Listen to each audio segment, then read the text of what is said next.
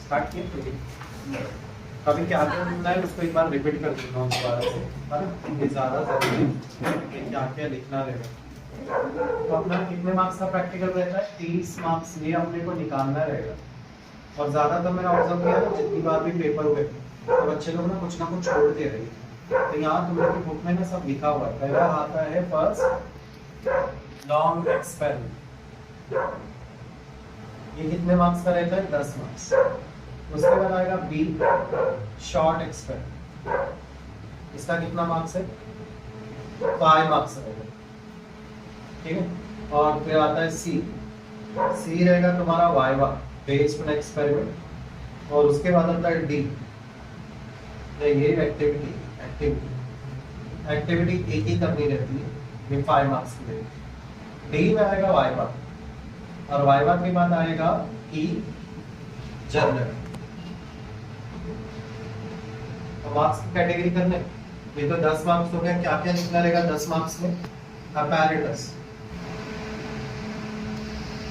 Apparatus के बाद क्या करना है? डायग्राम। अपैरेटस के मार्क्स भी लिखते जाता हूँ। अपैरेटस लिखने का जो मार्क्स रहेगा वो 1 मार्क्स है। उसके बाद आता है डायग्राम, चाहे सर्किट डायग्राम हो, कोई भी टाइप का डायग्राम। अगर एक्सपेरिमेंट में डायग्राम है तो बनाना ही, कितना मार्क्स रहेगा डायग्राम का? 1 मार्क्स। थर्ड चीज जो लिखनी है वो रहेगा फॉर्मूला। अगर फॉर्मूला है तो फॉर्मूला लिखना कंपल्सरी है। कितना मार्क्स है फॉर्मूले का? ये भी 1 मार्क्स। चौथा आता है इसके अंदर ऑब्जर्वेशन। कभी भी देखो ना ऑब्जर्वेशन ही रहता है, और कभी कभी क्या रहता है? ऑब्जर्वेशन टेबल भी रहता है। तो अगर ऑब्जर्वेशन हो या ऑब्जर्वेशन टेबल हो, बनाना कंपल्सरी, वरना तुम्हारे मैक्सिमम सबसे ज्यादा मार्क्स इसी के रहते हैं। कितने मार्क्स है? 3 मार्क्स।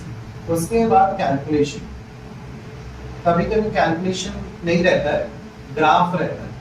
तो अगर कैलकुलेशन नहीं है, ग्राफ है, तो ग्राफ के मार्क्स सब वहां चले जाएंगे। स्लैश का मतलब क्या है? आइदर कैलकुलेशन और ग्राफ। और अगर दोनों है तो दोनों का मर्ज करके फिर मार्क्स देंगे। कितना रहता है कैलकुलेशन पे मार्क्स? 2 मार्क्स। उसके बाद 6 पॉइंट में इधर पे ही लिखता हूँ। 6 पॉइंट है result with proper unit. Result, अगर रिजल्ट नहीं दिया है तो कंक्लूजन तो दिया ही रहेगा। मान लो कंक्लूजन नहीं दिया है तो प्रिकॉशन तो दिया ही रहेगा। ये चेक करना है क्या दिया। कुछ एक्सपेरिमेंट ऐसे भी, एक्सपेरिमेंट नहीं, एक्टिविटी जिसमें रिजल्ट नहीं, कंक्लूजन लिखा है या तो प्रिकॉशन लिखा है तो वो लिख दे। अगर इसके अंदर रिजल्ट दिया है तो ये सब लिखने की जरूरत नहीं है, कोई भी एक चीज लिखनी है। समझा मार्क्स का? और मार्क्स में इसके कितने मार्क्स रहेंगे? लास्ट वाले के मार्क्स है, रिजल्ट के लिए कितने मार्क्स है? 2 मार्क्स। हो गए ना पूरे 10 मार्क्स। तो इस तरह से स्प्लिटिंग करके हम लिखते हैं। उसके बाद आता है शॉर्ट एक्सपेरिमेंट। शॉर्ट और लॉन्ग में क्या डिफरेंस रहेगा पता है? शॉर्ट और लॉन्ग में, शॉर्ट में जो एक्सपेरिमेंट तुम्हारी बुक नहीं है उसको छोटा करके देंगे, मतलब एक ग्राफ बोल देंगे, एक ऑब्जर्वेशन टेबल बोल देंगे, बाकी पूरा पैटर्न सेम है। तो ऐसा कम करके उसको 5 मार्क्स पर। इसका भी सारा पैटर्न सेम है, जो ए में था वही पैटर्न इसमें भी। मतलब फर्स्ट पॉइंट अपैरेटस, मैं इसको ऐसा बोल सकता हूँ, सेम रहेगा। अपैरेटस लिखना पड़ेगा, diagram, formula, observation, observation table, calculation, graph, result, इसका भी पूरा पैटर्न सेम। बस इसमें लिखाई कम रहेगी। एक ऑब्जर्वेशन टेबल ही दे देंगे, इसमें हो सकता है 2 ऑब्जर्वेशन टेबल, इसमें हो सकता है 2 ग्राफ बनाना भी पड़े, इसमें इतना नहीं रहेगा। अब आते हैं एक्टिविटी में। एक्टिविटी में क्या क्या लिखना है? इधर लिखा है performance of activity with proper recording of observation. इधर लिखा हुआ है ऑब्जर्वेशन, तो लिखना ही पड़ेगा। डायग्राम के बारे में कुछ लिखा नहीं, राइट अप ऑफ एक्टिविटी लिखा हुआ है। तो इसके अंदर भी बाकी चीजें सेम।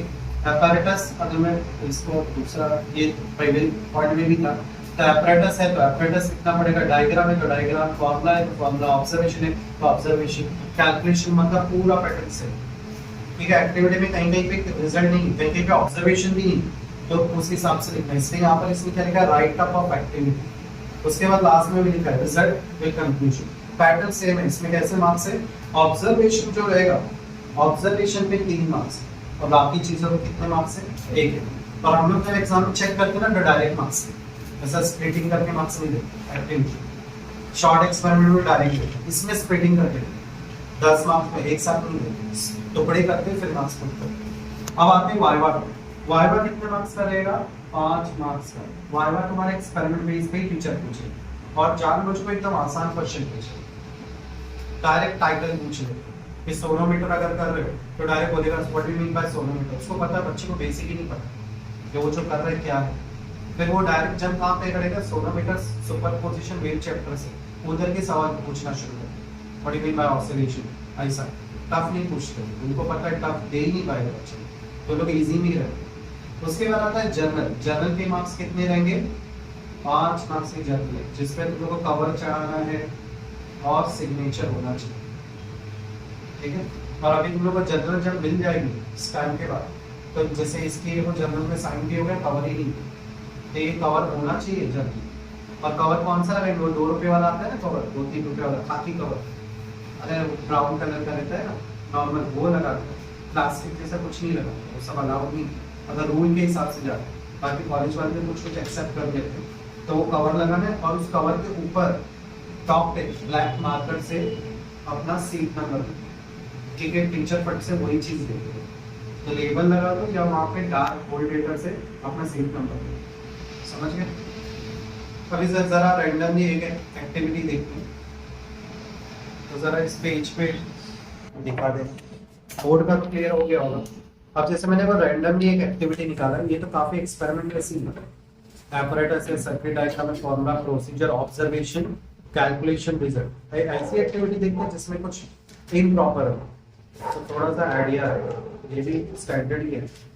ये वाली देखो, हाउस होल्ड सर्किट, पेंसिल को मैंने वो ऑलरेडी टिक मार्क किया, इसका कुछ अलग ही है। पहला क्या दिया है, एक्टिविटी, फिर लिखना रहेगा डायग्राम, प्रोसीजर आया वो नहीं लिखते, रिजल्ट लिखना रहता है। अब देखो ऑलरेडी बहुत काम है, तो ऐसे केस में प्रिकॉशन भी लिख लो, क्योंकि इसमें ज्यादा लिखने का है ही नहीं, कुछ भी छोड़ोगे, इसमें तो लिखा हुआ है यहाँ पे बैक साइड में, यहाँ क्यों लिखा है राइट अप एक्टिविटी, क्योंकि कुछ एक्टिविटी में ज्यादा कुछ लिखने को है ही नहीं, तो अगर ज्यादा कुछ नहीं है तो एक्स्ट्रा चीजें भी लिख लीजिए। प्रिकॉशन के 2 पॉइंट, कितने पॉइंट लिखने का, प्रिकॉशन के कम से कम 2 पॉइंट लिखना कंपल्सरी। कोई भी एक्सपेरिमेंट में प्रोसीजर मत लिखिए, नहीं थियरी, तो इस केस में बच्चे कंफ्यूज होते हैं, इसमें मैं बता दूं। और कौन सी एक्टिविटी है, ये वाला, इस एक्टिविटी में देखा जा रहा पैटर्न बरोबर है, लेकिन आप बोलेंगे सर फॉर्मूला किधर है, तो ये तुम लोगों को दिख रहा है न्यूटन्स लॉ ऑफ कूलिंग, तो लिखा हुआ था, अगर फॉर्मूला नहीं तो लॉ होगा, तो ये एक्चुअली तुम्हारा फॉर्मूला ही है, तो फॉर्मूले का स्टेटमेंट फॉर्म में लिखा है, वो भी लिखना कंपलसरी है। तो अगर फॉर्मूला लिखना है तो इतना ही लिखना है बस, समझ के, कंपलसरी है, ये नहीं लिखे मार्क्स काट देंगे। उसका प्रोसीजर नहीं लिखना होता है, कंडीशंस में क्या लिखा है, take some amount of liquid, ये भी प्रोसीजर ही है। ऑब्जर्वेशन लिखिए और ऑब्जर्वेशन लिखिए, समझ गए। तो उसके बाद ग्राफ ड्रॉ करना कंपलसरी है। कंक्लूजन और प्रिकॉशन लिखो, दो चीज है, तो कंक्लूजन लिखो, प्रिकॉशन नहीं लिखे चलेगा, क्योंकि वहां पे एक ऑप्शन अपने को मिल गया, तो दोनों लिखने की जरूरत नहीं। अब आते हैं नेक्स्ट एक्सपेरिमेंट में, ये भी मैंने बता दिया, ये वाला, इसके अंदर भी आई होप समझ में आ रहा है। apparatus, diagram, formula, observations, calculations, result, बहुत सारी चीजें, तो प्रिकॉशन नहीं भी लिखेंगे तो चलेगा, समझ गए। तो अपना ये हो गया एक्टिविटी। अब एक्सपेरिमेंट में आते हैं, रैंडम एक्सपेरिमेंट पकड़ता हूँ जिससे तुम लोगों को समझाना इजी है। कौन सा पकड़ेंगे, अब जो आया वही ले लो।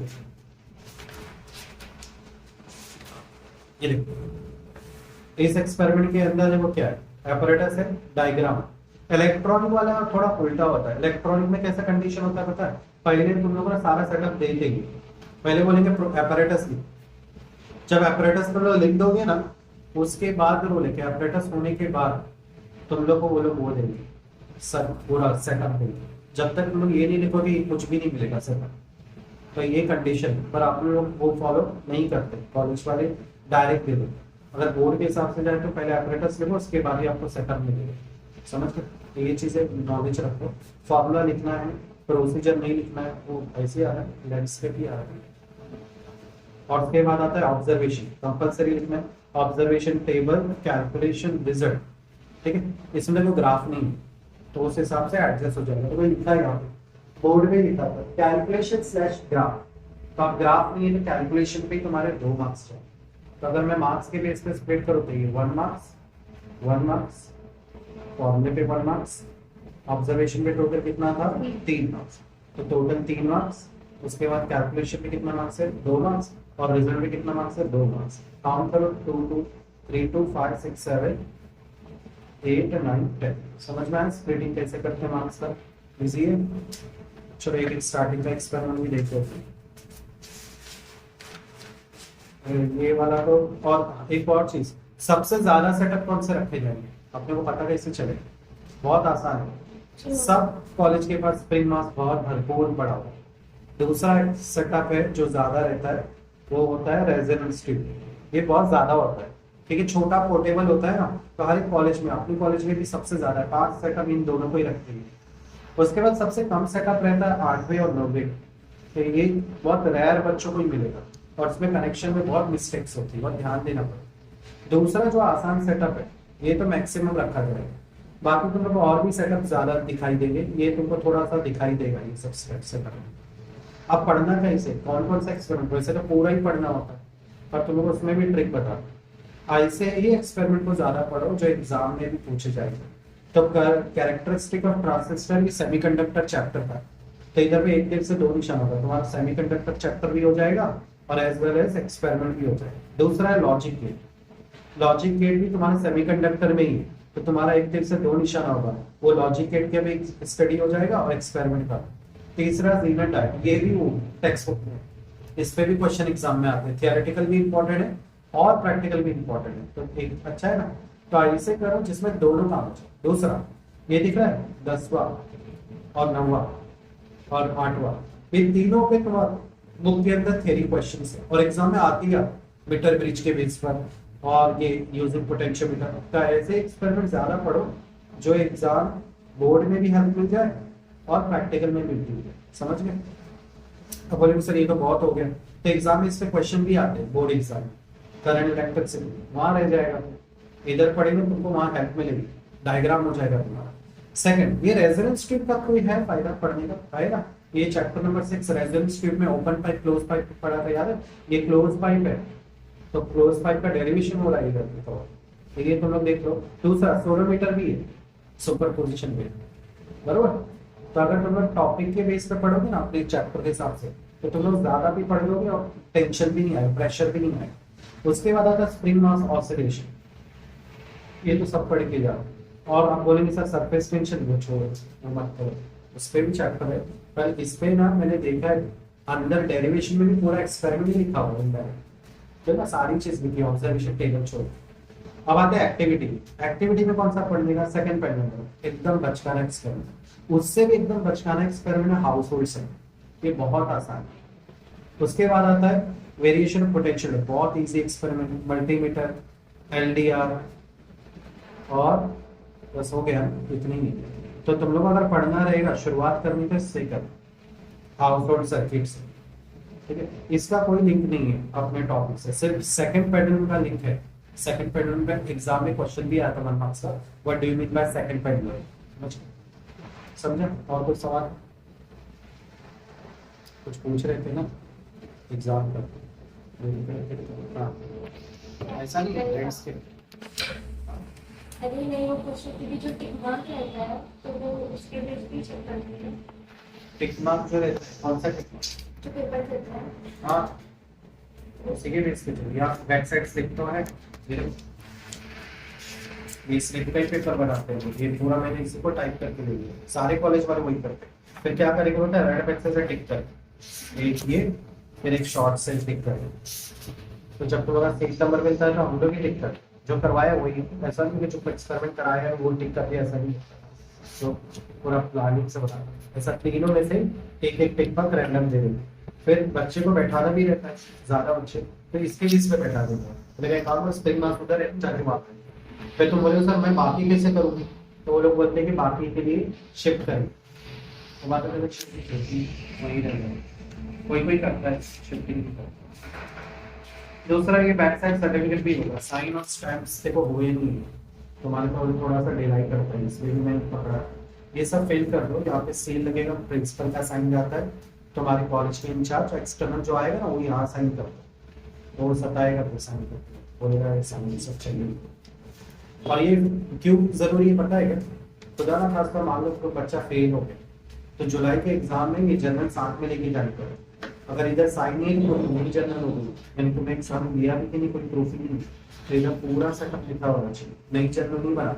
और कहाँ जाते हैं आप?